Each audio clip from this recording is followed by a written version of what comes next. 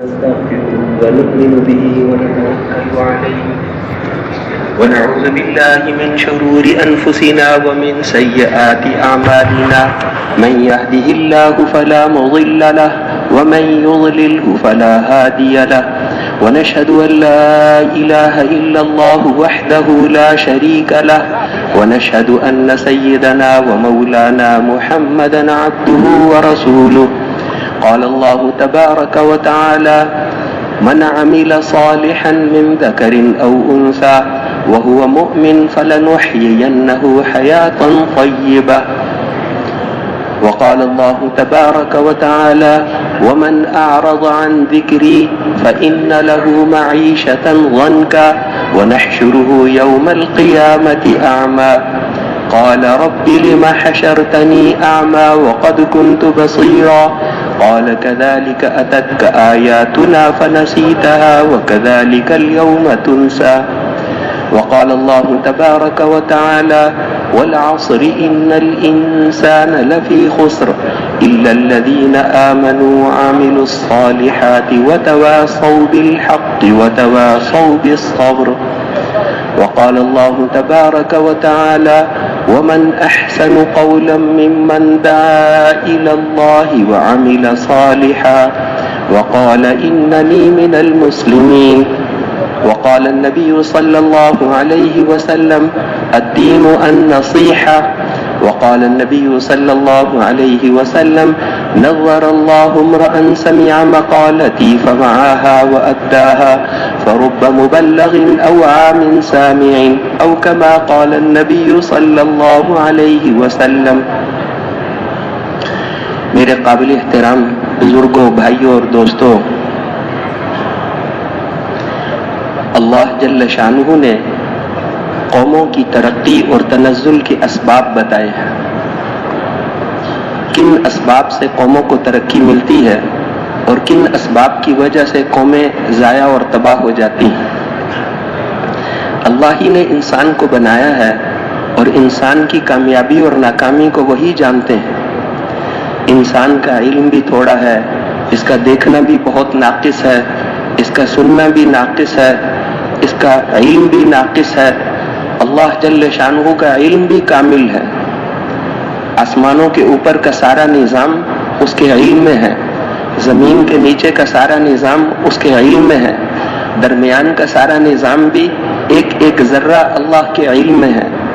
اس کا علم بہت زبردست ہے، اس کا سننا بہت زبردست ہے، اس کا دیکھنا بہت زبردست ہے. اللہ جل شانہ کے خزانے لامحدود ہیں. ایک وقت میں ساری دنیا کے انسان بولیں، وہ ایک وقت میں ساروں کی آوازوں کو سنتے ہیں. لا یشغلہ سمع عن سمع، ایک کا سننا باقیوں کے سننے سے اس کو غافل نہیں کرتا. ایک کا سننا باقیوں کے سننے سے اس کو غافل نہیں کرتا. اور کوئی پردہ، کوئی چیز اس سے کسی چیز کو چھپا نہیں سکتی. لا تواری منہ سماء سماء، ایک آسمان دوسرے آسمان کی چیزوں سے چھپا نہیں سکتا.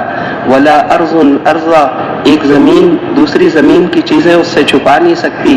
پہاڑوں کی تہوں میں کیا ہے، سمندر کی تہوں میں کیا ہے، اللہ سے چھپا ہوا نہیں. اللہ جل شانہ سب کچھ کو دیکھ رہے ہیں.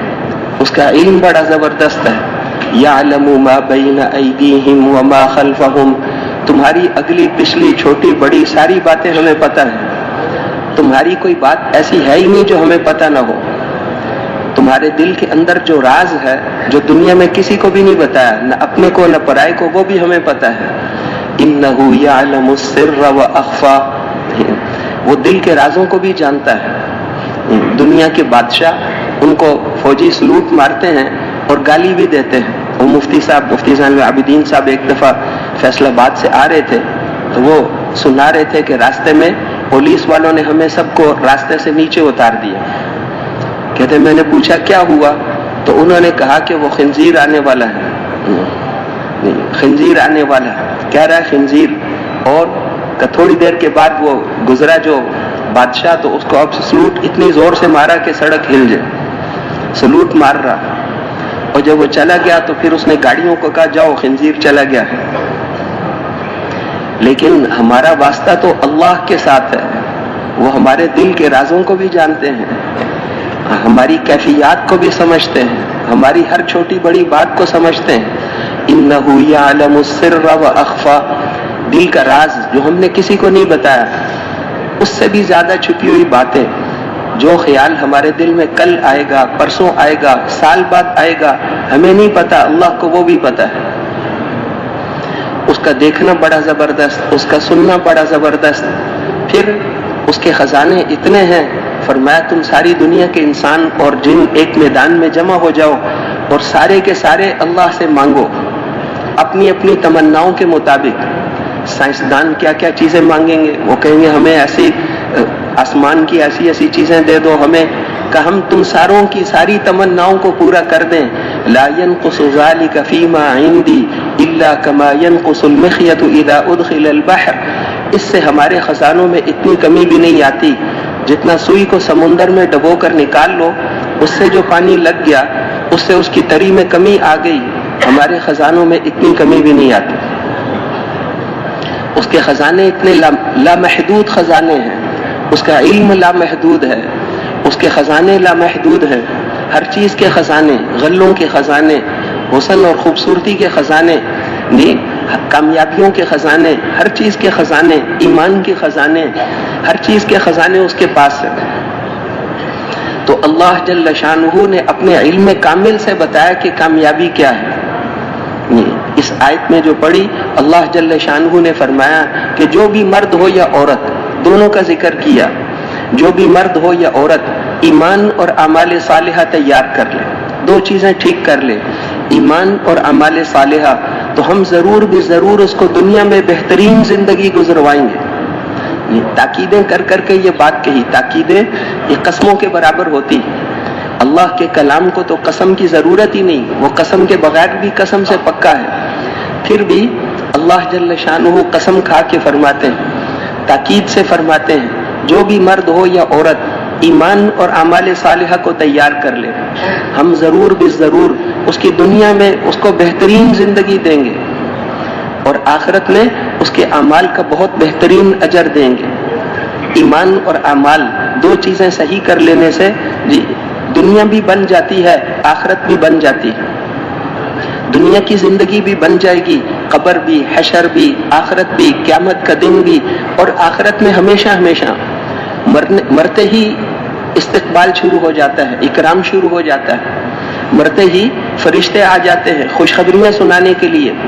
ایمان اور اعمال پر جس نے محنت کی, چاہے دنیا کے سامان تھے یا نہیں تھے کوئی فرق نہیں پڑتا, لیکن ایمان اور اعمال صالحہ تیار کر لیے تو اب اس کے لیے فرشتے آتے ہیں اور اس کو خوشخبریاں سناتے ہیں. جو تم سے چھوٹ گیا اس پر غم نہ کرو, وہ تو بہت تھوڑا تھا, جو آگے اللہ تمہیں دینے والے ہیں وہ بہت زیادہ ہے. یہ قطرے کی طرح تھا, وہ سمندر کی طرح ہے, اور آگے کیا کیا حالات آنے والے ہیں اس سے گھبرانا نہیں. ہم تمہارے ساتھ ہیں. دنیا میں تم ہمیں نہیں دیکھتے تھے فرشتوں کو, اب تم ہمیں دیکھو گے, آخرت میں ہم دیکھیں گے. تو اس لیے اس کو پھر خوشخبریاں سناتے ہیں. اس کی روح کا استقبال ہوتا ہے, روح کا بھی استقبال ہوتا ہے. ہاں, ایک فرشتے ہاتھ در ہاتھ اس کو لیتے ہیں, آسمانوں پر بھی اس کا استقبال ہوتا ہے. اعلیٰ علیین میں اس کو پہنچا دو, اور اگر اعمال کو ٹھیک نہیں کیا تو وہاں سے اس کی روح کو واپس پھینک دیتے ہیں, آسمانوں پہ اس کی روح کو پھینک دو نیچے. ہاں, اور جسم اور روح بھی ایک دوسرے کو بددعائیں دیتے ہیں, اور نکلتے ہوئے وہ بھی ایک دوسرے کو برا بھلا کہتے ہیں. پھر آگے تکلیفیں ہی تکلیفیں ہیں, قبر میں بھی, حشر میں بھی, آخرت میں بھی, ہمیشہ ہمیشہ کی تکلیفیں. برے اعمال والے کے لیے جو فرشتے روح نکالنے کے لیے آتے ہیں, اگر کوئی اور عذاب نہ ہو اس کے لیے یہی عذاب کافی ہے. ان کے ناخن لوہے کے, اور کتنی خوفناک ان کی شکل ہوتی. قبر کے اندر سوال کرنے کے لیے فرشتے آتے ہیں. وہ فرشتے کیسے ہوں گے؟ قبر کے اندر سخت اندھیرا ہوتا ہے. دنیا کے امتحانوں میں جب یہ نوجوان بچے یونیورسٹیوں میں, کالجوں میں امتحان دیتے ہیں تو یہاں جتنے بھی امتحان کے کمرے ہیں سب ہوادار ہوتے ہیں, روشنی ہوتی ہے, پانی, ٹھنڈے پانی کا انتظام ہوتا ہے, بیٹھنے کے لیے ان کے مناسب جگہ ہے. امتحان لینے والا عملہ بہت نرم ہے. یہاں کے امتحانات میں ایسا ہوتا ہے، لیکن قبر میں اتنی جگہ ہوگی جتنا یہ چوڑا ہے، جتنا جسم چوڑا ہے اتنی چوڑی جگہ ہوگی، اور ابھی دفن کرنے والے واپس نہیں جاتے کہ فرشتے آتے ہیں اس کو اٹھا کر بٹھا دیتے ہیں، اٹھو جواب دو۔ اندھیرا ہوگا بہت سخت اندھیرا، اور امتحان لینے والا عملہ بہت سخت ہوگا، ان کی آواز بجلی کی کڑک کی طرح، اٹھو امتحان دو۔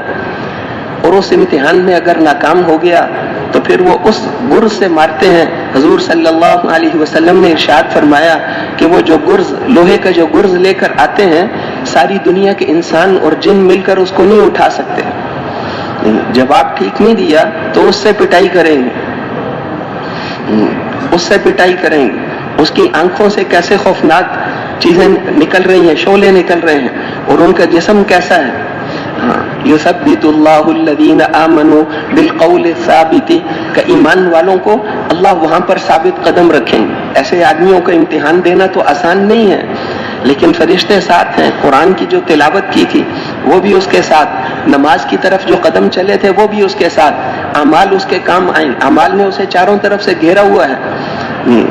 تو اس لیے یہیں سے حالات کا بننا اور بگڑنا شروع ہو گیا۔ اگر یہاں پر محنت نہیں کی، ایمان اور اعمال پر محنت نہیں کی، تو پھر بہت سخت پٹائی ہوگی۔ پھر وہاں پر جو تکلیفیں آئیں گی، یہاں کی تھوڑی سی غفلت ہمیں لاکھوں سال رلائے گی، وہاں لاکھوں سال رونا پڑے گا، پھر رونے کا کوئی فائدہ نہیں ہوگا۔ وہاں پر وہ دوزخ والے 500 سال تک پکاریں گے، جواب نہیں ملے گا۔ یا اللہ یا اللہ یا اللہ، دنیا میں ایک دفعہ پکارو جواب ملتا ہے، جی میرا بندہ، جی میری بندی، اللہ جواب دیتے ہیں، لیکن وہاں پر جواب نہیں ملتا۔ 500 سال کے بعد فرمائیں گے کہ تم نے، اور اندھا کر کے اٹھائیں گے۔ جیسے آیتیں جو پڑھی، من اعرض عن ذکری، جو ہمارے حکموں سے منہ موڑے گا تو اس کو ہم اس کی دنیا کی زندگی کو تنگ کر دیں گے، اس کی دنیا کی زندگی تنگ کر دیں گے۔ کتنا بھی مال ہو، کتنی بھی چیزیں ہوں، لیکن زندگی تنگ ہو جائے گی، اور قیامت کے دن اس کو اندھا کر کے اٹھائیں گے۔ وہ پوچھے گا کہ ربی لم حشرتنی اعمی، اے اللہ میں تو آنکھوں والا تھا، آپ نے مجھے مرنے کے بعد اندھا کیوں کر دیا؟ تو اللہ جل شانہ فرمائیں گے تم نے دنیا میں میری آیتیں پڑھی جاتی تھیں، تم توجہ نہیں دیتے تھے، تم ہماری آیتوں کو سنتے نہیں تھے، آج ہم تمہاری باتوں کو بھی نہیں سنتے۔ تم نے ہماری آیتوں کو بھلا دیا تھا، آج ہم نے تمہیں بھلا دیا۔ 500 سال تک تو جواب ہی نہیں دیں گے۔ 500 سال کے بعد فرمائیں گے تم نے دنیا میں ہمیں بلایا تھا، اب ہم نے تمہیں بلا دیا ہے۔ اور اچھے اعمال لے کر گیا، پھر قبر میں بھی مزے، حشر میں بھی مزے، جنت کی کھڑکیاں کھل گئی ہیں، اب خوشبو، جنت کی خوشبو آ رہی ہے، جنت کی نعمتیں ہیں جی۔ تو یہیں سے قبر سے حالات شروع ہو جاتے ہیں، آخرت کے اندر بھی پھر وہاں پر مزے ہی مزے ہیں۔ عرش کے سائے کے نیچے کیسے ہوں گے، پھر آخرت میں وہ جب جائیں گے تو ان کے دروازے کھلے ہوئے ہوں گے، دوزخ والوں کے دروازے کھلے ہوئے نہیں ہوں گے، انتظار کرنا پڑے گا۔ جنت والوں کے دروازے کھلے ہوئے ہیں، فرشتے ہر دروازے سے آتے ہیں کہ مبارک ہو تمہیں، دنیا میں تم امتحان میں کامیاب ہو گئے۔ اب وہاں تو 70 ہزار دروازے، اور ہر دروازے سے فرشتے آئیں گے اور ان کو مبارکباد دیں گے۔ دنیا کی زندگی اللہ نے بہت مختصر بنائی ہے، یہ ہمیں جلدی سمجھ میں آ جاتی کیونکہ ہماری نظروں کے سامنے ہے۔ آخرت کی زندگی وہ نظروں سے اوجل ہے، اس لیے نظر نہیں آتی، اس لیے اس کے بار بار تذکرے کرنا تاکہ آدمی اس سے غافل نہ ہو۔ اصل زندگی ہماری وہ زندگی ہے، یہ دنیا کی ساری زندگی اس وہاں کے پہلے دن کے مقابلے میں 2 منٹ بنتی ہے۔ یہ زندگی تو نظر آ رہی ہے، لیکن یہاں سے ہر آدمی نے چلے جانا ہے، چاہے وہ دین کے اعتبار سے اونچی سطح کا ہو۔ نبیوں کے سردار وہ بھی دنیا سے چلے گئے، رسول اللہ صلی اللہ علیہ وسلم وہ بھی چلے گئے۔ بڑی سے بڑی ہستی، روحانی اعتبار سے بڑی ہستی، اور دنیاوی اعتبار سے مادی لائن سے بڑی ہستیاں سب دنیا سے چلی گئی۔ جبریل پر بھی موت آئے گی، میکائیل اور اسرافیل پر بھی موت آئے گی، جو بھی میرے عرش کے نیچے ہے اس پر موت آئے گی۔ کل من علیہا فان ویبقى وجہ ربک ذو الجلال والاکرام۔ سب پر فنا آئے گی. اللہ جل شانہ وہ شروع سے ہیں اور ہمیشہ رہیں گے, ہمیشہ سے ہیں. وہ ایسے پہلے ہیں جس کی کوئی ابتدا نہیں, ایسے آخری ہیں جس کی کوئی انتہا نہیں. یہ سب کے سب ختم ہو جائیں گے. پھر وہ پوچھیں گے لمن الملک اليوم, آج کس کی بادشاہت ہے؟ پھر اور کوئی جواب نہیں ہوگا. للہ الواحد القہار, ایک اللہ کی بادشاہت ہے جو بڑا زبردست ہے. پھر وہاں پر ساری دنیا کو اللہ جل شانہ دوبارہ زندہ کریں گے. پھر حساب کتاب ہوگا. یہ سب کچھ ہونے والا ہے.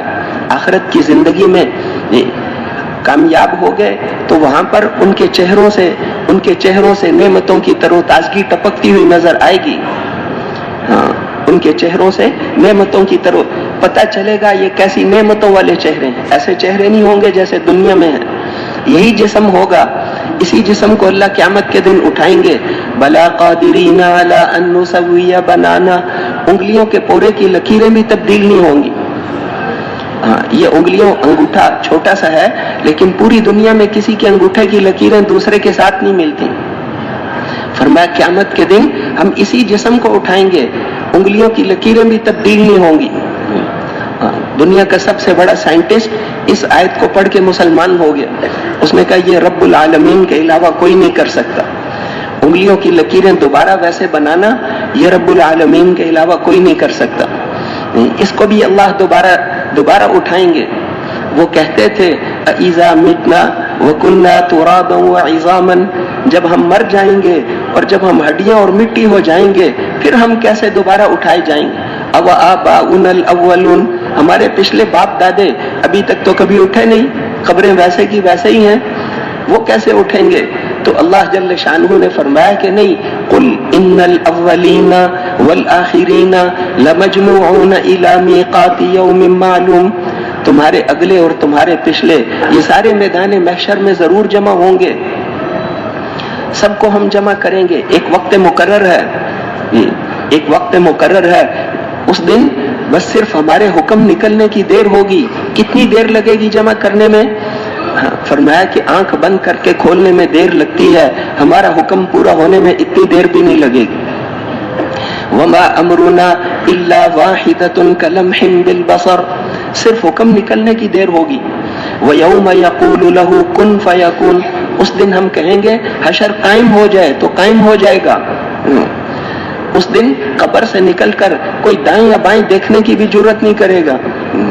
اس دن وہ سیدھے رب العالمین نے تمہیں بلایا ہے مہطعین الی الداع, اس دن وہ سارے کے سارے اس پکارنے والے کی طرف جا رہے ہوں گے.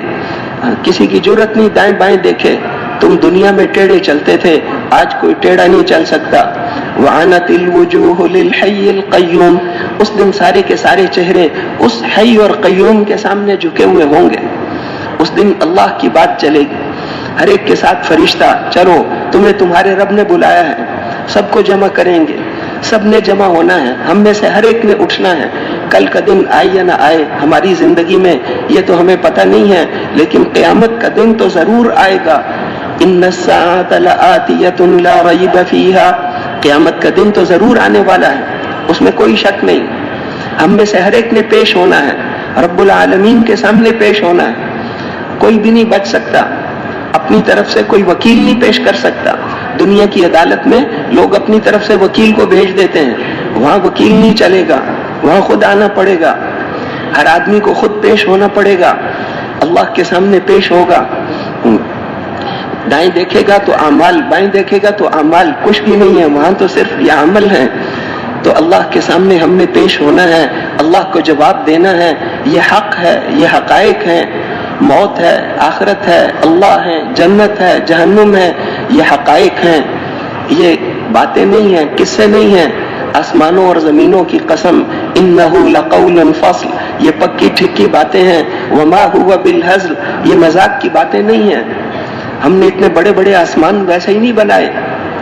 ایک ایک آسمان, پہلا آسمان اتنا بڑا ہے کہ یہ ساتوں زمینیں اس کے سامنے ایسے ہیں جیسے بہت بڑے صحرا کے اندر ایک ریت کا ذرہ ہو, یا ایک حدیث میں آتا ہے جیسے بہت بڑے میدان میں ایک انگوٹھی کا چھلا ہو.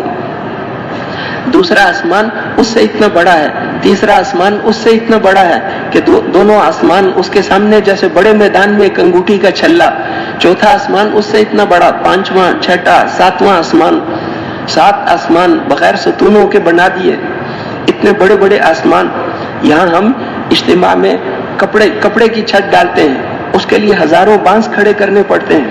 ساری دنیا مل کر کپڑے کی چھت بھی بغیر ستونوں کے نہیں کھڑا کر سکتی، اور رب العالمین نے اتنے بڑے بڑے آسمان بنا دی. اتنے بڑے آسمان اس لیے فرمایا کہ اونٹ گزرتا ہے، اس کی مہنگنی بتاتی ہے کہ یہاں سے اونٹ گزرا تھا. اور رات ایک بنا ہوا مکان تمہیں بناتا ہے کہ یہاں سے ایک مستری آیا تھا، اور مکان خوبصورت بنا ہو تو تم کہتے ہو بڑا شاندار مکان بنا ہے. تو اتنے بڑے بڑے آسمان اور اتنے بڑے بڑے سمندر اور دریا تمہیں اس لطیف اور خبیر ذات پر نہیں پہنچاتے؟ اللہ جل شانہ کا تعارف تمہیں نہیں کراتے؟ اس کائنات کا ذرہ ذرہ اللہ کا تعارف کراتا ہے. اللہ جل شانہ نے یہ سب کچھ بنایا ہے، اسی نے اس کو باقی رکھا ہے. وہ اتنے بڑے خالق ہیں. یہ سورج اللہ نے بنایا ہے. یہ سورج دنیا سے 12 کتنے لاکھ گنا بڑا ہے، 13 لاکھ گنا بڑا سورج ہے. اور وہ قطب شمالی سے قطب جنوبی کی طرف چلتا ہے. 6 لاکھ میل فی گھنٹہ کی اس کی رفتار ہوتی ہے. اتنا بڑا سورج اللہ نے بنایا ہے. اتنے بڑے اللہ ہیں، اتنے بڑے بڑے آسمان. اس کے اوپر اللہ کا عرش ہے، اس کے اوپر اللہ کا عرش ہے. اور وہ عرش اتنا بڑا ہے کہ 7 آسمان اور 7 زمینیں اس کے سامنے ایسے ہیں جیسے بہت بڑے میدان کے اندر ایک انگوٹھی کا چھلا ہو. وہ عرش اللہ نے کھڑا کیا. قیامت کے دن پوچھیں گے کون باقی ہے، تو اسرائیل علیہ السلام کہیں گے یہ عرش کے اٹھانے والے فرشتے. تو اللہ جل شانہ فرمائیں گے ان کی بھی روح نکال دو. عرش تو اللہ کے حکم سے کھڑا ہے. عرش کے اٹھانے والے فرشتوں کی بھی روح نکال دی، اسرائیل کی بھی روح نکال دی. ہاں، تو اس لیے اللہ جل شانہ نے اتنا بڑا عرش بنایا، اتنی بڑی زمینیں بنائیں. وَمِنْ آيَاتِهِ أَنْ خَلَقَكُم مِّن تُرَابٍ. اس کی قدرت کی نشانیوں میں سے ہے کہ تمہیں مٹی سے چلتا پھرتا انسان بنا دیا. کوئی ہے بنانے والا؟ مٹی سے ایسا انسان کوئی بنا سکتا ہے؟ ہم نے مٹی سے تمہیں بنایا ہے، مٹی سے تمہارے لیے غلے اور کھانے بنائے، اور مٹی سے سب کچھ بنایا. تمہیں ہماری قدرت کی نشانیاں نظر نہیں آتی؟ تم نے کبھی آنکھ اٹھا کر سورج کو نہیں دیکھا؟ تم نے کبھی زمین کو غور سے نہیں دیکھا؟ کیسی زمین ہم نے بنائی ہے. اتنی سخت بھی نہیں کہ آدمی فصل نہ اگا سکے، اتنی نرم بھی نہیں کہ اندر چل نہ سکے. ہم نے اس میں تمہاری ساری ضروریات کا انتظام کر دیا. اس میں غلے رکھے، اس میں سونا چاندی مختلف قسم کی معدنیات رکھی. لوگ تو اس کا کچھ بھی نہیں نکال سکے. قیامت کے دن جب یہ خزانوں کو دیکھیں گے تو کہیں گے کہ اس زمین میں تو کتنا کچھ اللہ نے بنایا تھا. قیامت تک آنے والوں کی ضرورتوں کے سامان اس زمین میں بنا دیے. 6.5 کروڑ مربع میل کی یہ زمین بنائی، اور اللہ جل شانہ نے پتھر نہیں بھرے، اس میں پانی بنایا. پانی کا ایک قطرہ اٹھایا. جہاں خانہ کعبہ ہے، خانہ کعبہ کو کہتے ہیں یہ زمین کی ناف ہے. اس لیے کہ انسان کا جسم ناف سے بننا شروع ہوتا ہے. اس زمین کی ناف خانہ کعبہ ہے. خانہ کعبہ سے یہ زمین بننی شروع ہوئی تھی. پہلے صرف پانی ہی پانی بنا، ہوا کے اوپر اللہ نے پانی بنایا. اور جہاں خانہ کعبہ ہے وہاں سے پانی کا ایک بلبلہ اٹھایا، اور اس بلبلے کو فرمایا کہ زمین بن جاؤ. یہ 6.5 کروڑ مربع میل کی زمین بن گئی. نہ ریت ڈالی، نہ مٹی ڈالی، نہ پتھر ڈالے، نہ سیمنٹ ڈالا، کہ زمین بن جاؤ. اللہ کے حکم سے وہ پانی زمین بن گیا. پانی زمین بن گیا. پھر اللہ جل شانہ نے آسمان بنائے. اتنے بڑے بڑے آسمان بنائے. ایک ایک آسمان کی موٹائی 500 سال کا فاصلہ ہے. جبرائیل علیہ السلام اتنا بڑا فرشتہ ہے کہ اپنی اصلی حالت میں کھڑے ہوں تو سر آسمانوں کے اوپر اور پاؤں زمین کے نیچے. ہر آسمان کی موٹائی 500 سال، اور دو آسمانوں کے درمیان 500 سال، اور زمین اور آسمان کے درمیان 500 سال. کل ملا کر 14,000 سال کا سفر. اتنا جبرائیل علیہ السلام کا قد ہے. لیکن جب اللہ کے دربار میں پیش ہوتے ہیں تو یہ باغوں میں اڑنے والی چڑیا جتنے رہ جاتے ہیں. اس اللہ کی ہیبت اور عظمت کی وجہ سے، اس کی ہیبت اور عظمت کی وجہ سے. جو اللہ کو جتنا جانتا ہے وہ اتنا زیادہ ڈرتا ہے. فرشتے اس کے سامنے جب قرآن نازل ہوتا تھا تو فرشتے بے ہوش ہو جاتے تھے. یہ اللہ کا کلام ہے. بعد میں جبرائیل علیہ السلام سے پوچھتے تھے کہ ماذا قال ربکم، پروردگار نے کیا فرمایا. اور نبیوں کا کیا حال ہوتا تھا. حضور صلی اللہ علیہ وسلم کی دعائیں پڑھو، آپ اس میں کہتے تھے اے اللہ میں آپ کا بندہ ہوں اور میں آپ کے بندے کا بیٹا ہوں اور آپ کی بندی کا بیٹا ہوں اور مجھے آپ نے ہی بنایا ہے اور میرا سب کچھ آپ کے سامنے ہے. اے اللہ میں سائل ہوں، مسکین ہوں، عاجز ہوں. انا المسکین اسألک مسألة المسکین وابتہل الیک ابتہال المذنب الذلیل وادعوک دعاء الخائف الضریر دعاء من خضعت لك رقبته وفاضت لك عبرته وذل لك جسمه ورغم لك انفه اللهم لا تجعلني بدعائك شقیا وكن لي رؤوفا رحیما. کتنی عاجزی کرتے تھے اللہ کے ساتھ. انا البائس الفقیر المستغیث الوجل المشفق المقر المعترف بذنبی. ہاں یوں کہہ رہے ہیں. اور اللہ فرما رہے ہیں کہ خدا نخواستہ یہ آپ کی بیویوں نے کوئی کچھ کام کیا تو ہم جتنی عام مسلمان عورتوں کی سزا ہے اس سے دگنی سزا ان کو دیں گے، اور اگر یہ نیک اعمال کریں گی تو ہم ان کو اجر بھی دگنا دیں گے. اور دگنی سزا دینا ہمارے لیے کوئی مشکل نہیں. وَكَانَ ذَلِكَ عَلَى اللَّهِ يَسِيرًا. اللہ کے لیے بہت آسان ہے. اللہ کے لیے، اللہ تو اللہ ہے. تو اس لیے اللہ جل شانہ نبینا آیا. آپ بڑے بڑے سرداروں کو دعوت دے رہے تھے، ہمیں سنانے کے لیے ان کو سنا رہے ہیں، نہیں ہمیں سمجھانے کے لیے. آپ کے دل میں تو کوئی دنیا کی قدر تھی نہیں، لیکن ان کو اس نابینے کو دیکھ کر آپ کی پیشانی پر سلوٹیں آ گئیں، چہرہ پھیر لیا اور اعراض کیا، اس سے اعراض فرمایا اور فوراً آیتیں نازل ہو گئیں. عبس وتولی، تیوری چڑھا لی ہے، منہ پھیر لیا ہے. نابینا آیا تھا، وہ تو شوق لے کر آیا تھا اور ان کے اندر تو دنیا داروں میں کوئی شوق نہیں ہے. آپ نے اس کی بات نہیں سنی، آدھے صفحے کی ڈانٹ پڑ گئی. پھر جب وہ اس کے بعد آتے تھے تو آپ ان کے لیے اپنی چادر بچھاتے تھے. اس کے بارے میں اللہ نے ڈانٹا تھا. تو اللہ ہے. اللہ جل شانہ وہ بڑی قدرت والے ہیں، بڑی قدرت والے ہیں. جو چاہتے ہیں وہ کرتے ہیں. اللہ جل شانہ نے احکامات دیے ہیں، ان احکامات پر جو عمل کرے گا وہ کامیاب ہو جائے. اللہ نے کامیاب ہونے کے لیے ملک، مال، چیزوں کی شرط نہیں لگائی، سامان کی، مالدار ہونے کی، گاڑیوں کی شرط نہیں لگائی. ایمان اور اعمال دو چیزیں تیار کر لو. کامیابی کے سامان حضرت نوح علیہ السلام کے پاس تھے، ان کے مقابلے میں کثرت تھی، بہت کثرت، وہ سارے ایک طرف. اور نوح علیہ السلام 950 سال محنت کر کے صرف 80-82 آدمی ایمان لائے. وہ مذاق اڑاتے تھے اور یہ ان کی باتوں کو حضرت نوح علیہ السلام دعوت دیتے تو وہ منہ پر کپڑا ڈال لیتے تھے، کانوں میں انگلیاں ڈال لیتے تھے. 200 سال دعوت نہیں دی، 500 سال دعوت نہیں دی، دعوت ہی دیتے رہے. کوئی اور راستہ ہوتا تو وہ اختیار کر لیتے، نہیں، صرف دعوت ہی. 950 سال صرف دعوت ہی کہ طریقہ ایک ہی ہے، لوگوں کو بلانے کا طریقہ ایک ہی ہے. 950 سال گزر گئے، وہ سب کے سب ناکام ہو گئے اور یہ کامیاب ہو گئے. ایمان اور اعمال صالحہ والے وہ کامیاب ہو گئے. 3 بیٹے نوح علیہ السلام کے ایمان والے تھے. چوتھا بیٹا بری سوسائٹی، کہتے ہیں بری سوسائٹی سے بچو، اس لیے دیکھ کر دوستی لگاؤ. حضور نے فرمایا آدمی اپنے دوست کے مذہب پر شمار ہوتا ہے اللہ کے ہاں. کس سے دوستی لگائی تھی تم نے؟ جو تمہارا دوست ہے ان کے ساتھ بیٹھتا اٹھتا تھا. لہذا کیا ہوا کہ وہ اس دن جب کشتی پانی آیا تو انہوں نے اپنے بیٹے کو فرمایا کہ تو بھی کلمہ پڑھ لے، ہمارے ساتھ آ جا. اس نے کہا کہ میں اس پہاڑی پر چڑھ کر جان بچا لوں گا، پانی کتنا آئے گا، کتنی بارش ہوگی. سآوی الی جبل یعصمنی من الماء، اس پہاڑ پہ چڑھ کے میں پانی سے بچ جاؤں گا. تو نوح علیہ السلام نے فرمایا کہ لا عاصم اليوم من امر اللہ الا من رحم. یہ تو عذاب کا پانی ہے، اس سے تمہیں پہاڑ نہیں بچا سکتا. ابھی یہ باتیں کر رہے تھے کہ پانی کی ایک موج آ کر اس کو بہا کر لے گئی. اب نوح علیہ السلام نے دعا کر دی، کہ اللہ یہ میری اولاد ہے اور آپ نے وعدہ کیا تھا تیرے اہل کو تیرے گھر والوں کو بچاؤں گا. تو اللہ جل شانہ نے اس موقع پر 4 جملے بولے. پہلا جملہ یہ بولا یا نوح انہ لیس من اہلک، یہ آپ کے اہل میں سے نہیں ہے.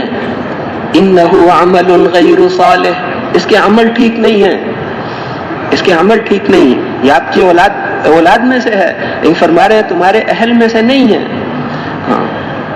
اگلی بات یہ فرمائی کہ آپ ہرگز میرے سے اس چیز کا سوال نہ کرو جس کا آپ کو پتہ نہیں ہے، ایسا نہ ہو کہ آپ بھی ان کے ساتھ ہو جاؤ.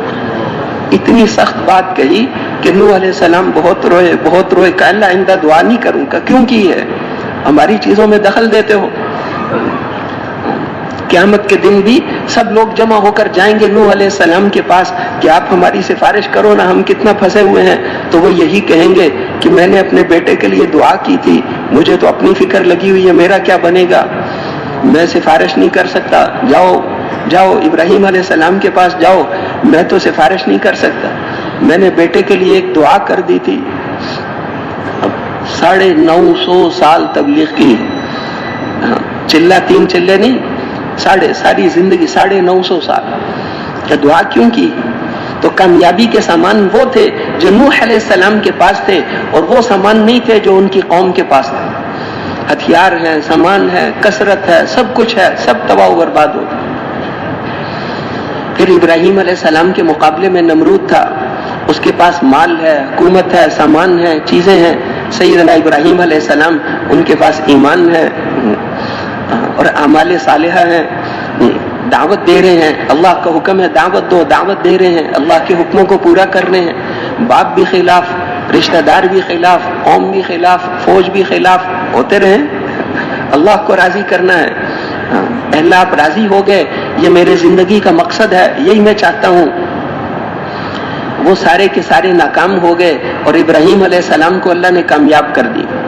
اتنی بڑی آگ جلائی تھی کہ اس کے اوپر اڑنے والا پرندہ بھی جل کر گر جاتا تھا. اس آگ سے اللہ نے ان کی حفاظت فرمائی. یا نار کونی بردن، اے آگ تو ٹھنڈی ہو جا. اللہ نے براہ راست حکم دیا. وہ شروع میں اتنی ٹھنڈی ہوئی کہ ان کو سردی لگ رہی تھی، پھر اللہ نے فرمایا وہ سلامتی والی ٹھنڈی ہو جا. تو ٹھنڈک میں کمی آ گئی. وزیر کے بیٹے تھے، بہترین زندگی تھی، لیکن وہ فرماتے تھے میرے زندگی کے سب سے پیارے دن وہ تھے جو میں نے آگ میں گزارے. جنت کی نعمتیں، جنت کے کھانے، جنت کی چیزیں، وہ زندگی کے سب سے بہترین دن تھے. اللہ نے ہمیں سبق دیا کہ جیسے بھی حالات ہوں تم جمے رہو، ہم آگ کو بھی باغ بنا دیتے ہیں، بہترین حالات بنا دیتے ہیں. تم تبلیغ والے جمے رہو، تمہارے ذمے تو کام کرنا ہے، لوگوں کو ہماری طرف بلاؤ، لوگوں کو اللہ کی طرف بلاؤ. یہ حکم اللہ نبیوں کو دیتے تھے. اب خود آپ دیکھ لیں، بڑا کام ہو نا، ایک واضح بات ہے، قانون ہے، بڑے کام کے لیے بڑے آدمی کو بھیجنا پڑتا ہے. چھوٹے کام کے لیے تو ہر کوئی چل جاتا ہے. بعض کاموں کے لیے وزیر اعظم کو بھیجنا پڑتا ہے، بڑے آدمی کو بھیجنا پڑے گا. ہر آدمی سے کام نہیں چلتا. اور چھوٹے کاموں کے لیے تو ہر کوئی چل جائے گا. جس کام کے لیے سید الکونین حضرت محمد مصطفیٰ صلی اللہ علیہ وسلم کو بھیجا، یہ ساری دنیا کے بادشاہ ان کے پاؤں کی خاک کے برابر بھی نہیں. 7 آسمان اور زمین اور ان کے اندر کی ساری چیزیں سونا چاندی ملا کر حضرت محمد صلی اللہ علیہ وسلم کی ایک انگلی کے پورے کے برابر بھی ان کی قیمت نہیں. حضور صلی اللہ علیہ وسلم قیمتی ہیں، یہ دنیا ساری کوڑا کباڑ کی طرح ہے. قیمتی چیز وہ حضور صلی اللہ علیہ وسلم. چنانچہ وہ سارے کے بڑے، جس کام کے لیے اللہ نے حضور کو بھیجا تھا اس کے برابر تو کوئی کام نہیں ہو سکتا. جس کام کے لیے بڑی بڑی ہستیوں کو، انبیاء علیہ السلام مقدس ترین ہستیاں تھیں، سب سے افضل ترین ہستیاں تھیں، ان کو اللہ نے بھیجا تھا لوگوں کو میری طرف بلاؤ. تو ابراہیم علیہ السلام کامیاب ہو گئے، وہ سارے کے سارے بادشاہ اور ان کے سب ساتھی ناکام ہو گئے. کامیابی کے سامان وہ تھے جو حضرت ابراہیم علیہ السلام کے پاس تھے، وہ سامان کامیابی کے نہیں تھے جو نمرود کے پاس تھے. پھر ان کے بعد موسیٰ علیہ السلام آئے. حضرت موسیٰ علیہ السلام فرعون کی طرف اللہ نے ان کو بھیجا. اب فرعون کے پاس تو وہ بادشاہ تھا، اس کے پاس خزانے تھے، نہیں اس کے پاس ساری چیزیں تھیں، پولیس ہے، فوج ہے، سارا کچھ ہے. موسیٰ علیہ السلام کے گھر کا سارا سامان 100 روپے کا بھی نہیں بنتا تھا. ان کو بھیجا فرعون کے مقابلے میں. موسیٰ علیہ السلام کے پاس کیا ہے؟ ایمان ہے اور اعمال ہے. ان کے پاس فوج ہے. اس کی بیوی بھی ایمان لے آئی. اس نے اس کو بڑے سبز باغ دکھائے. اس نے کہا تم ملکہ، میں ملک مصر کا بادشاہ، ان کے پاس کیا ہے؟ کچھ بھی نہیں، نہ پیسہ نہ ٹکا، کوئی چیز تو ان کے پاس ہے ہی نہیں.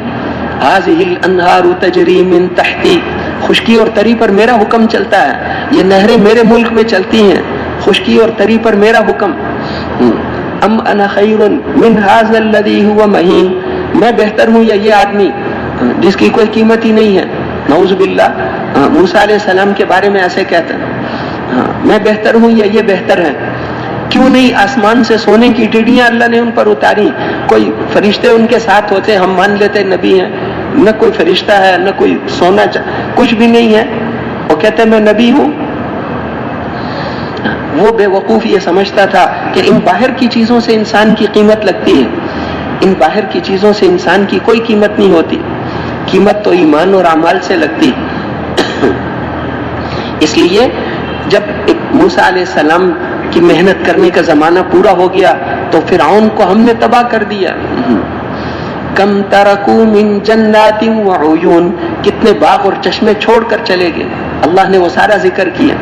فرعون کی قوم سب کچھ تھا، باغ تھے، چشمے تھے، عورتیں تھیں، سامان تھے، سرسبز باغات تھے، سب کچھ تھا. کم ترکو من جنات وعیون وزروع ومقام کریم، کھیتیاں تھیں، عزت کی بیٹھنے کی جگہ تھی، کتنی نعمتیں تھیں جن میں وہ مزے کرتے تھے. لیکن ان کے مرنے پر نہ کوئی زمین روئی، نہ آسمان رویا. ہم نے وہ ساری چیزیں چھین کر دوسروں کو دے دی. وہ سب سامان ہم نے لے لیے. ان کے غلط اعمال کی وجہ سے ہم نے ان کو تباہ و برباد کر دیا. فرعون شخصیت نہیں تھا. حامان بڑا وزیر تھا لیکن شخصیت نہیں تھا، تباہ ہو گئے. آج بھی اس کا جسم فرعون کا پڑا ہوا ہے مصر میں، دیکھ لو عبرت کی نظر سے. اس طرح اللہ جل شانہ نشانیاں دکھاتے ہیں. تو اس لیے ان کے سب چیزیں ان سے چھین لی. وہ کامیابی کے سامان وہ نہیں تھے جو فرعون کے پاس تھے. اس کی بیوی کو پہلے اس نے سبز باغ دکھائے، پھر اس کو ڈرایا کہ اس کو بھوکا رکھو، پھر کہو کہ میرے اوپر اس کو چھوڑ دو، موسیٰ علیہ السلام پر ایمان نہ لاؤ، ان کے رب پر ایمان نہ لاؤ.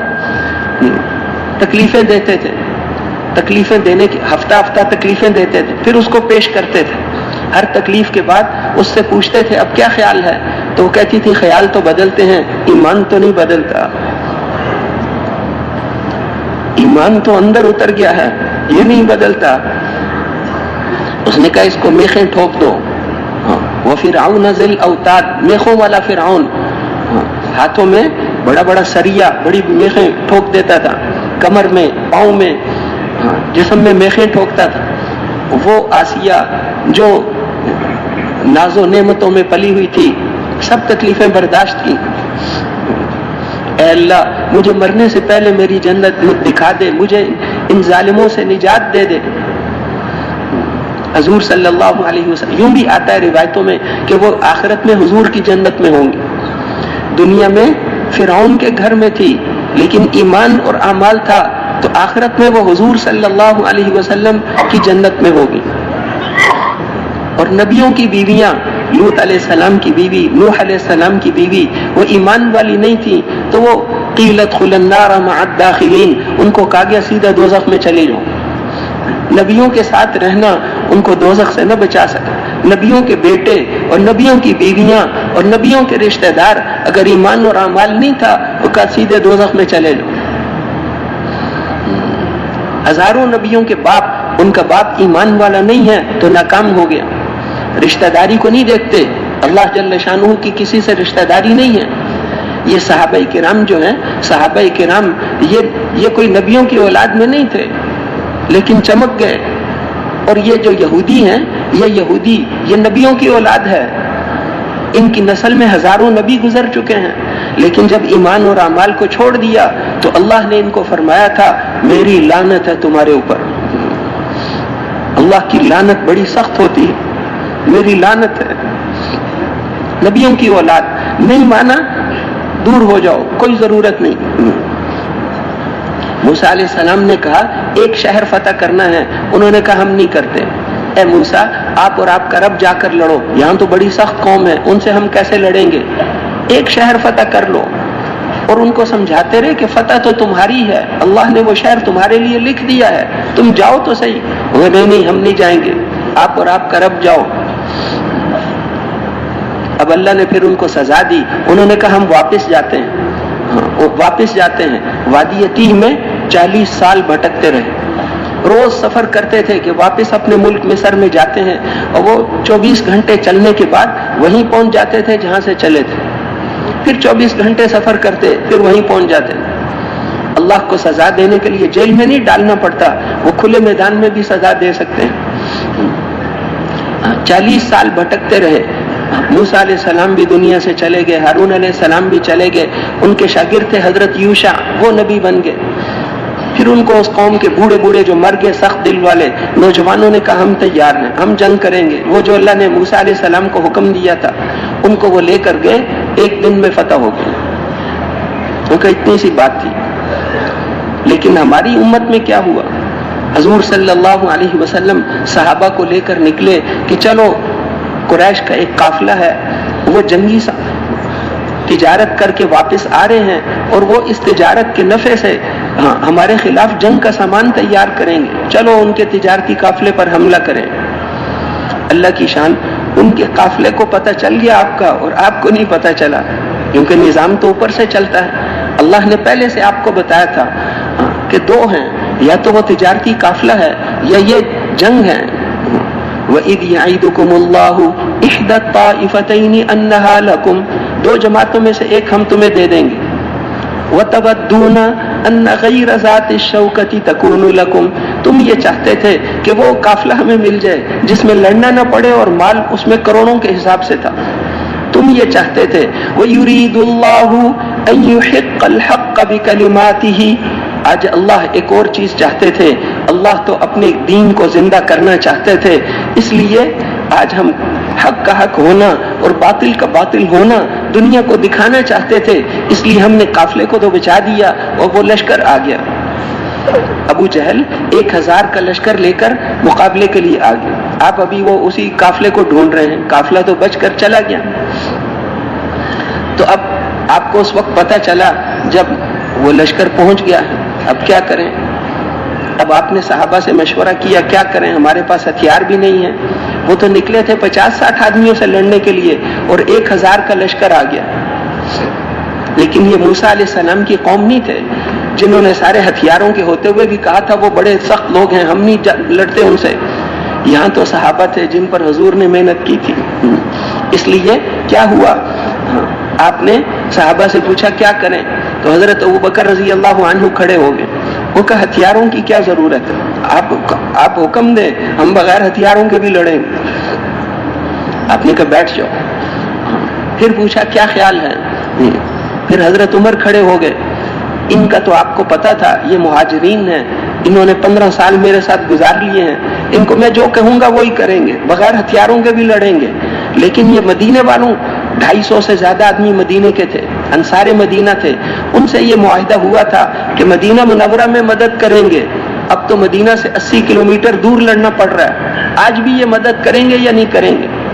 جب تیسری دفعہ آپ نے پوچھا کہ کیا خیال ہے، تو انصار کے سردار حضرت سعد بن معاذ رضی اللہ عنہ کھڑے ہوئے، اور انہوں نے کھڑے ہو کر کہا کہ اللہ کے رسول، ہم تو سمجھے تھے کہ حضرت ابوبکر حضرت عمر ہماری طرف سے جواب دے رہے ہیں، لیکن لگتا ہے آپ بار بار پوچھ رہے ہو، لگتا ہے آپ ہم سے پوچھنا چاہتے ہیں۔ وہ بات تو پرانی ہو گئی جب ہم نے کہا تھا مدینے میں مدد کریں گے، اب تو ایمان پکا ہو گیا۔ اگر آپ ہمیں حکم دیں کہ مکے سے گزر کر برق غماد یمن کی بستی تک جانا ہے، لرمیناہا، ہم اپنے اونٹوں کو مار کر وہاں تک بھی لے جائیں گے۔ اگر آپ ہمیں حکم دیں کہ سمندر میں چھلانگ لگاؤ، ہم اس کے لیے بھی تیار ہیں۔ اگر آپ ہمیں حکم دیں کہ پہاڑ سے چھلانگ لگاؤ، ہم اس کے لیے بھی تیار ہیں۔ ہم موسیٰ علیہ السلام کے ساتھی نہیں ہیں جنہوں نے موسیٰ علیہ السلام کو کہا تھا کہ آپ اور آپ کا رب جاؤ، ہم یہاں بیٹھے ہوئے ہیں۔ ہم یہ نہیں کہتے، ہم یہ کہتے ہیں کہ آپ اور آپ کا رب بھی چلو اور ہم بھی آپ کے ساتھ ہیں۔ جب تک ہم میں سے ایک آدمی بھی زندہ ہے دشمن آپ تک نہیں پہنچ سکتے، دشمن آپ تک نہیں پہنچ سکتے۔ اور یہ بات بھی انہوں نے کہی، صل حبال من شئت واقطع حبال من شئت، جس سے چاہو صلح کرو، جس سے چاہو ہماری رسیوں کو کاٹ دو۔ ہم اپنے تعلقات کو نہیں دیکھیں گے، ہم آپ کے حکم کو دیکھیں گے۔ سالم من شئت حارب من شئت، جس سے چاہو صلح کرو، جس سے چاہو جنگ کرو، ہمارے کوئی تعلقات نہیں۔ ہمارے دوستوں سے جنگ کرو گے ہم بھی جنگ کریں گے، ہم تو آپ کے ساتھ ہیں، جو آپ حکم دیں گے ہم وہی کریں گے۔ ایسا ایمان تھا۔ تو پھر آپ نے فرمایا کہ اچھا چلو، بدر میں پہنچ گئے۔ بدر میں پہلے سے وہاں پر قریش پہلے سے پہنچ چکے تھے، انہوں نے پانی پر قبضہ کر لیا تھا۔ پانی کی جو جگہ تھی، پانی پر ان کا قبضہ، اچھی جگہ جو تھی میدان میں مٹی والی، وہ ان پر اس کا قبضہ، ریتلی جگہ ان کے لیے بچ گئی، چل بھی نہیں سکتے، پانی بھی نہیں ہے، کھانا تو ویسے ہی ساتھ نہیں تھا، نہ کھانا ہے نہ پانی ہے نہ رہنے کی اچھی جگہ ہے، پانی پر ان کا قبضہ، ساری چیز۔ ان کے پاس 1000 آدمیوں کے مکمل ہتھیار، ان کے پاس تلواریں، نیزے، خود، زریں، تیر، ساری چیزیں ان کے پاس تھیں۔ ان کے پاس کیا تھا؟ ان کے پاس ایمان اور اعمال تھے۔ ان کے پاس ایمان ہے، ان کے پاس نمازیں ہیں۔ آج پتہ چلے گا کہ نمازیں جیتتی ہیں یا تلواریں جیتتی ہیں۔ ان کے پاس تو ہتھیار ہے ہی نہیں، ہتھیار ہے ہی، کوئی بھی ہتھیار 10 کی تعداد کو نہیں پہنچتا تھا۔ تلواریں 6 یا 8 تلواریں کل تھیں، اور 2 گھوڑے تھے، 6 یا 8 تلواریں تھیں، اور تھوڑا سا سامان، لاٹھی ڈنڈا بھی سب کے پاس نہیں تھا، اکثر خالی ہاتھ تھے۔ آج پتہ چلے گا کہ کون جیتتا ہے۔ ان کے پاس ہتھیار ہی نہیں، کھانا بھی نہیں، پانی بھی نہیں، لیکن ایمان اور اعمال ان کے پاس ہے۔ ابو جہل نے مکے سے چلتے ہوئے خانہ کعبہ کے پردے پکڑ کر دعا مانگی، وہ اپنے آپ کو حق پہ سمجھ رہے تھے، اس لیے اس نے یہ دعا نہیں کی کہ ہماری مدد کرنا۔ ان سرداروں نے خانہ کعبہ کے پردے پکڑ کر دعا کی کہ اے اللہ، جو حق پر ہے اس کو غالب کر دے، جو جھوٹا ہے، باطل پر ہے، اس کو تباہ کر دے۔ اس لیے اللہ نے آیتیں اتاری، ان تستفتحوا فقد جاءکم الفتح، تم ہم سے فیصلہ کرانا چاہتے تھے، لو ہمارا فیصلہ آ گیا۔ ہمارے نبی کی مخالفت کر کے، ایمان اعمال کو اختیار نہ کر کے تم غالب ہونا چاہتے تھے، ہمارا فیصلہ یہ ہے، وہ حق پر ہیں، ہم ان کی مدد کریں گے۔ ان تعودوا نعود، اگر آئندہ بھی ایسا ہی کرو گے ہم آئندہ بھی ایسا ہی کریں گے، اور اب بھی توبہ کر لو تو پچھلی ساری معاف کر دیں گے۔ وہ تو اللہ ہے نا، اس لیے ہر دفعہ کہتے تھے اب بھی توبہ کر لو تو پچھلی معاف کر دیں گے۔ ان کا نہیں، ہم بڑا لشکر لے کر آئیں گے، تو اللہ نے فرمایا کہ تمہارے لشکر تو اللہ کا مقابلہ نہیں کر سکتے۔ لن تغنی عنکم فئتکم من اللہ شیئا، تمہارے لشکر اللہ کا مقابلہ نہیں کر سکتے۔ اس لیے اب اللہ جل شانہ نے مدد فرمائی، آسمان سے فرشتے، پہلی مدد تو یہ ہوئی کہ بارش کر دیں۔ بارش کرنے کی وجہ سے ان کی ریت تو جم گئی، ان کے ہاں پھسلن ہو گئی، ان کو مشکل ہو گئی، ان کا آسان ہو گیا۔ پانی کا بندوبست بھی، گڑھے سے بھر لیے، پانی کا بندوبست بھی ہو گیا، جگہ بھی ٹھیک ہو گئی، پانی کا بندوبست بھی ہو گیا۔ پھر اللہ جل شانہ فرماتے ہیں کہ ہم نے ان کو خواب میں حضور صلی اللہ علیہ وسلم کو بتایا کہ ان کی تعداد تھوڑی ہے۔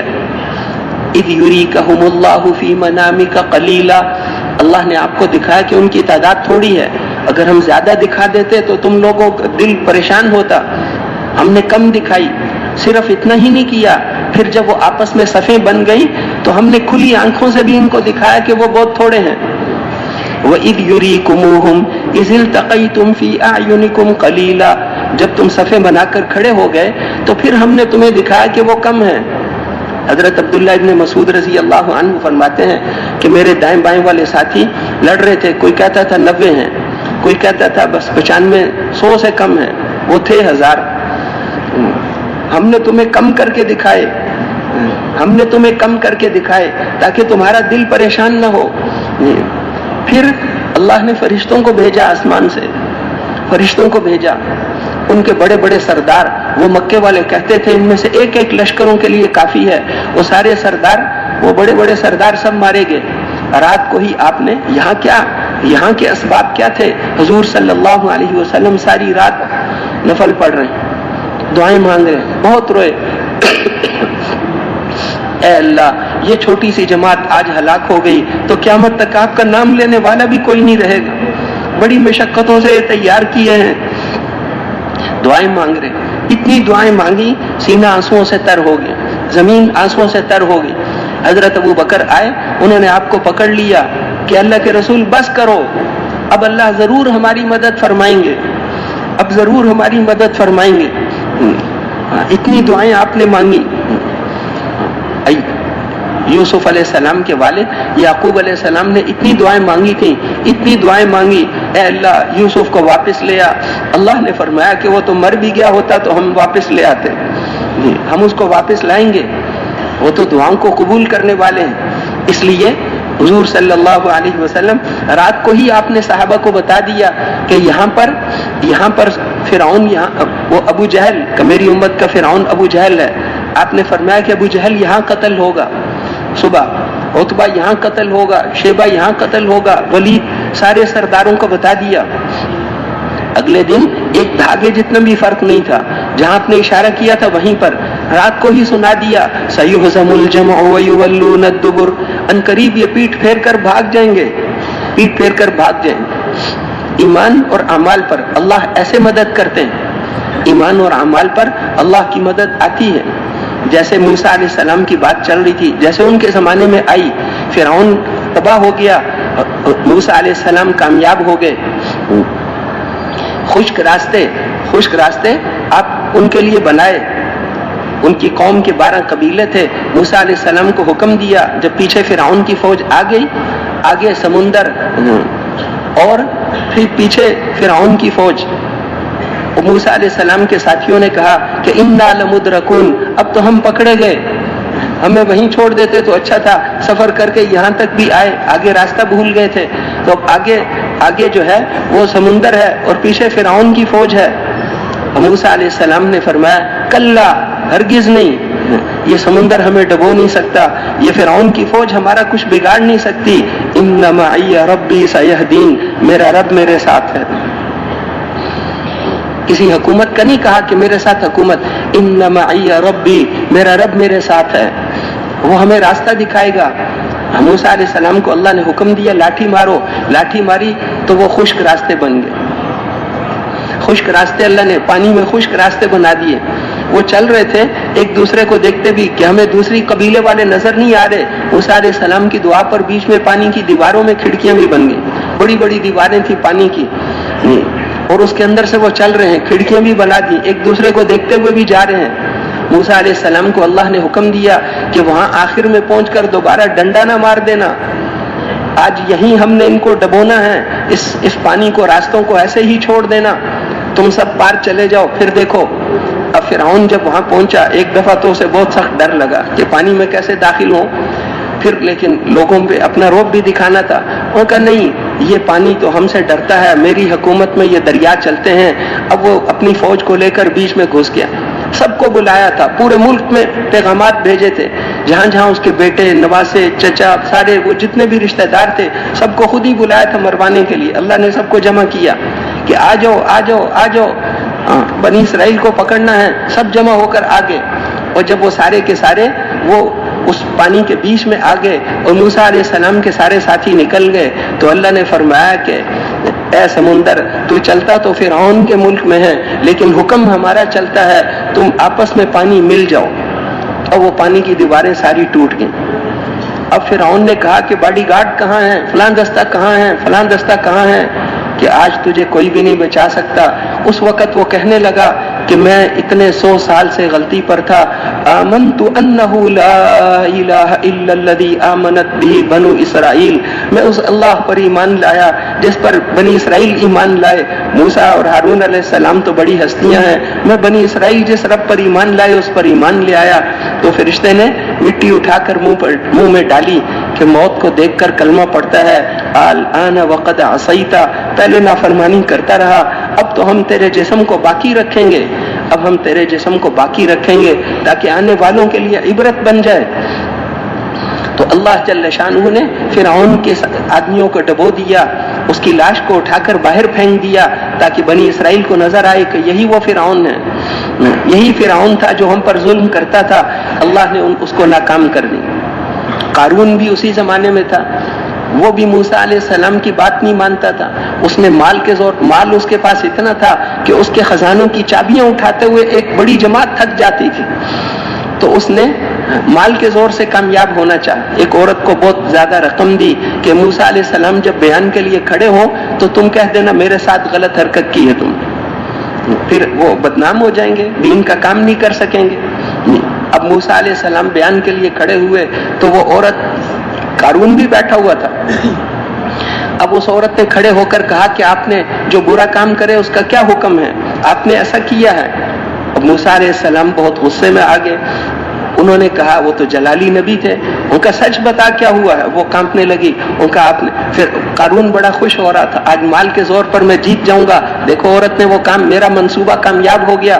اتنے میں وہ عورت کانپنے لگی اور اس نے کہا کہ آپ نے تو کچھ بھی نہیں کیا، یہ بیٹھا ہوا نا یہ قارون، اس نے مجھے یہ پیسے دیے تھے، اس نے کہا تھا کہ آپ پر تہمت لگا دوں، آپ نے تو مجھے کچھ بھی نہیں کہا۔ موسیٰ علیہ السلام سجدے میں گر گئے، اللہ جل شانہ نے فرمایا سر اٹھاؤ، زمین کو جو حکم دو آپ کا حکم مانیں گی۔ موسیٰ علیہ السلام نے سر اٹھایا، اے زمین اس کو پکڑ لے، اس نے اس کو پکڑ لیا، اب ٹخنوں تک وہ زمین کے اندر چلا گیا، باڈی گارڈوں کو کہا نکالو، ساتھیوں کو کہا نکالو، کسی کے کھینچنے سے نہیں نکلتا، گھٹنوں تک اندر چلا گیا، اے زمین اور پکڑ لے، اب اور نیچے تک چلا گیا، پیٹ تک، سینے تک، اس نے بڑی منتیں کی، موسیٰ علیہ السلام کو کہا مجھے چھوڑ دو، وہ کہا نہیں چلے جاؤ زمین کے اندر، اے زمین اس کو پکڑ لے، اور سارا سامان، وہ کچے تبلیغ والے نہیں تھے نا، ہمارے زمانے کے لوگ ہوتے تو کہتے چلو قارون کا خزانہ تو یہ تبلیغ والوں کے کام آئے گا، امریکہ بھی جماعتیں جائیں گی، ساری دنیا میں جائیں گی، نہیں، مال سے کام نہیں بنتے۔ موسیٰ علیہ السلام نے حکم دیا اس کے سارے خزانے لا کر اس کے سر پر رکھ، وہ زمین نہیں دھنستا رہے گا۔ اللہ نے اس کو ناکام کر دیا، فخسفنا به وبداره الارض، اس کو مال سمیت زمین میں دھنسا دیا، کہ مال سے کامیابی ملنی ہوتی تو قارون کو مل جاتی، اور اللہ نے موسیٰ علیہ السلام کو کامیاب کر دیا۔ کامیابی کے سامان وہ نہیں جو قارون کے پاس تھے، جو فرعون کے پاس تھے، کامیابی کے سامان وہ ایمان اور اعمال تھے جو حضرت موسیٰ اور حضرت ہارون علیہ السلام کے پاس تھے۔ ان کے بعد حضرت عیسیٰ علیہ السلام آئے، یہودی ان کے دشمن بن گئے، اب انہوں نے، ان کے کوئی گھر میں پہرا دینے والا بھی نہیں تھا، یہودیوں نے ان کے خلاف منصوبہ بنایا، کافی عرصہ دعوت دیتے رہے، اس کے بعد انہوں نے ان کو پھانسی دینے کی تیاری کی، گھر کا آ کے محاصرہ کر لیا۔ اب عیسیٰ علیہ السلام اکیلے، اب ان کو کوئی مدد کرنے والا بھی نہیں، لیکن یہ ایمان اور اعمال والے، دعوت والے، اللہ کے حکموں کو پورا کرنے والے، ان کے پاس کثرت تھی، ان کے پاس حکومت تھی، ان کے پاس اسلحہ تھا، ان کے پاس فوج تھی، انہوں نے آ کر عیسیٰ علیہ السلام کے گھر کا محاصرہ کر لیا۔ ایک آدمی کو اندر بھیجا، اس کو کہا کہ عیسیٰ علیہ السلام کو پکڑ کر لے آؤ۔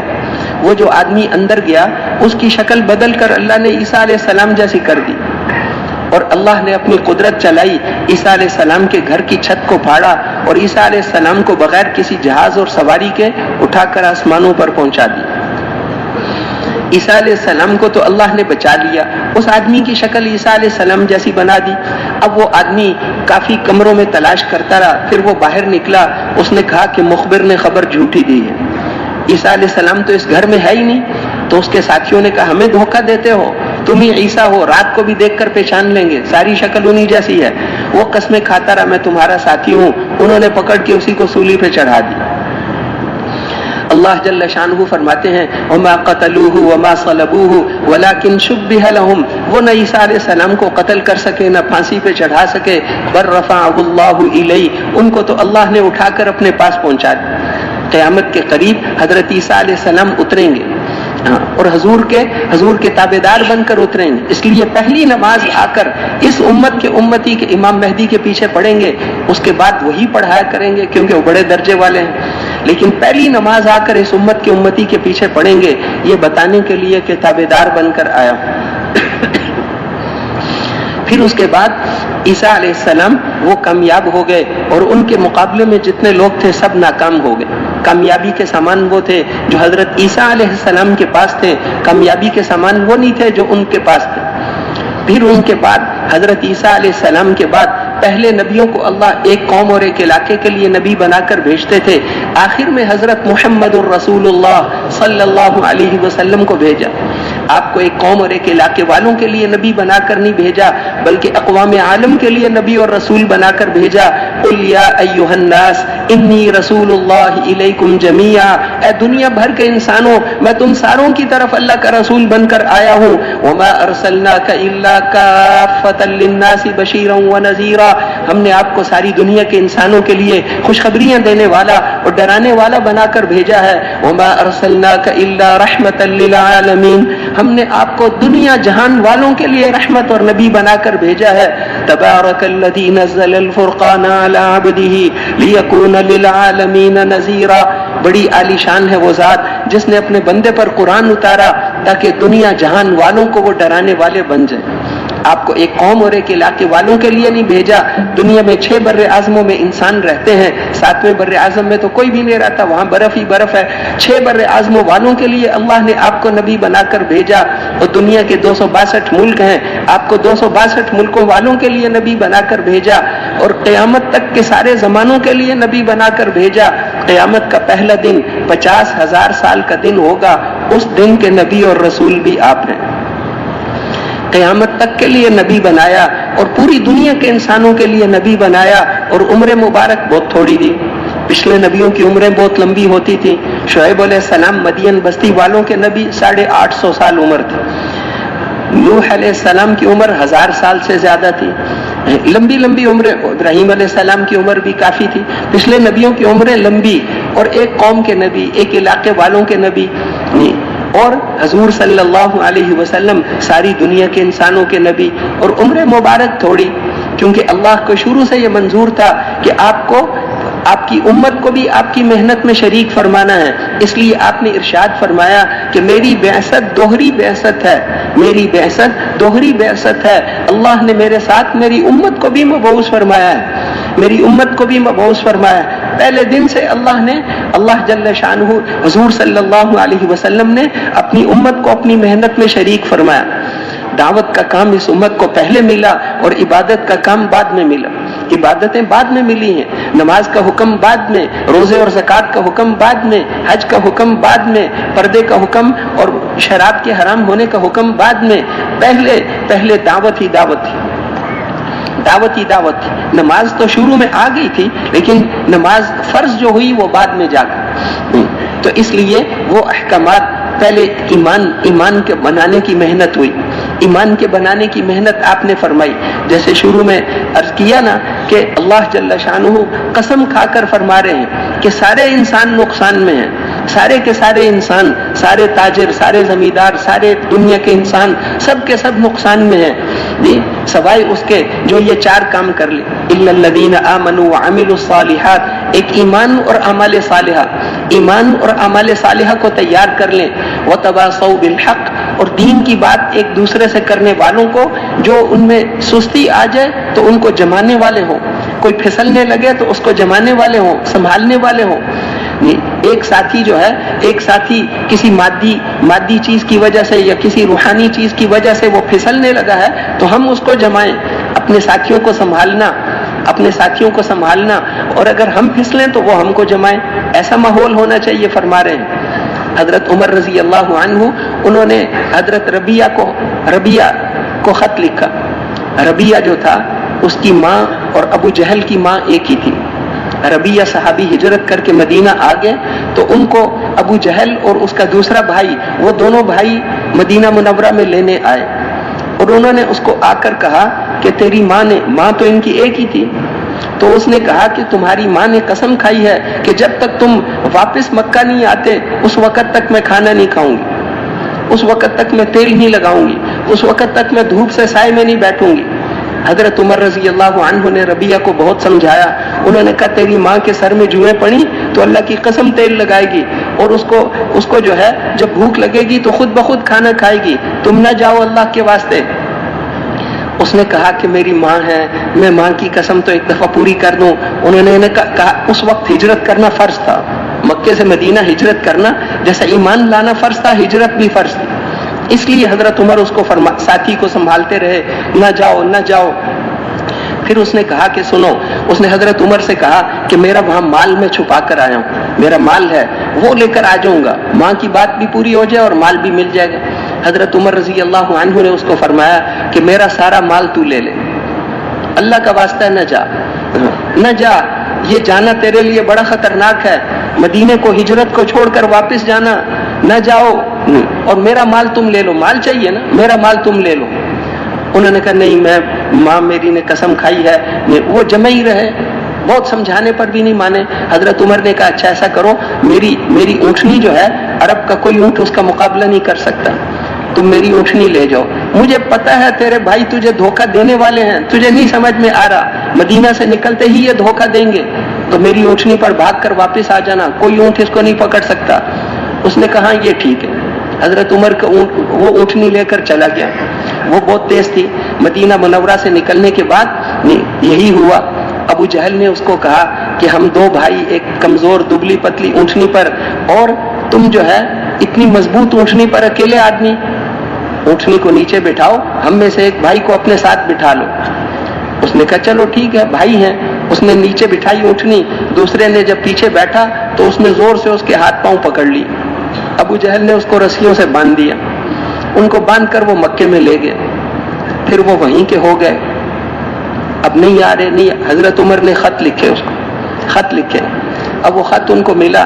اب وہ خط تو ایسے تھا کہ مجمل سا خط تھا، ہر آدمی اس کو نہیں سمجھ سکتا. توبہ کی آیتیں لکھی تھیں، اور اس میں جو ہے توبہ قبول، توبہ کرو، اللہ معاف کرنے والے ہیں، واپس آ جاؤ، اس طرح کی باتیں. تو اس نے کہا مجھے یہ خط سمجھ نہیں آ رہا، اس کا کیا مطلب ہے. خط ان تک پہنچ گیا. اب وہ خط پڑھ لے کر خانہ کعبہ میں گئے، وہاں بھی نہیں سمجھ آیا. پھر ایک پہاڑی پر چڑھ گئے، اے اللہ مجھے حضرت عمر کا خط نہیں سمجھ آ رہا. اچھا، وہاں پہاڑی پر جا کر جب پڑھا کہ اس کا تو مطلب ہے میں نے جرم کیا، ہجرت چھوڑ کر آ گیا، وہ مجھے توبہ کی ترغیب دے رہے ہیں. پھر ایسی توبہ کی کہ وہاں سے پھر اپنے گھر نہیں گئے، اس پہاڑی سے پھر سیدھا مدینے آ گئے. حضرت عمر رضی اللہ عنہ نے سنبھال لیا. ساتھیوں کو سنبھالا کرو. حضرت عمر بہت تاکید حدیثوں میں بھی ہے، حضرت عمر بھی فرماتے تھے. حضرت عمر رضی اللہ عنہ کے پاس ایران کا ایک آدمی آتا تھا، ان کے پاس آ کر ملتا جلتا تھا، تو وہ اسے کہتے تھے میرا ایرانی دوست ہے. اللہ کی شان، اس نے آنا بند کر دیا. حضرت عمر نے کہا وہ میرا دوست نہیں آیا. لوگوں نے کہا کہ امیر المومنین وہ اب نہیں آئے گا، وہ ایک بہت گندے ماحول میں چلا گیا. ان کا کیوں؟ خط لکھو. کاتب حضرت عمر خود بھی لکھنا جانتے تھے، لکھنا پڑھنا جانتے تھے. چند آدمی مکے میں لکھنا پڑھنا اس زمانے میں جانتے تھے، ان میں حضرت عمر بھی تھے. لیکن امیر تھے تو کاتب موجود تھا کہ لکھو، خط لکھو اس کو.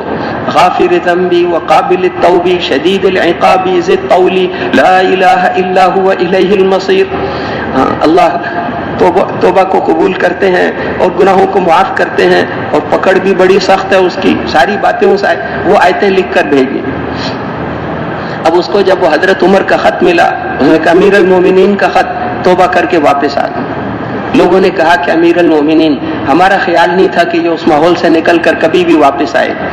تو حضرت عمر نے ان کو فرمایا کہ یاد رکھو، تمہارے کسی بھی بھائی کو کبھی شیطان اچک لے تو اس کو شیطان کے حوالے نہ ہونے دیا کرو، اس کو پکڑو، اپنے ساتھی کو لو، اپنے ساتھی کو لیا کرو، اپنے ساتھیوں کو سنبھالو. وتواصوا بالحق. کوئی ایک ساتھی پھسلنے لگے تو دوسرے اس کو سنبھالیں، اس کو جمانے کا ذریعہ بنے. ایک ساتھی پھسل رہا ہے اس کو جمانا، اپنے ساتھیوں کو سنبھالنا.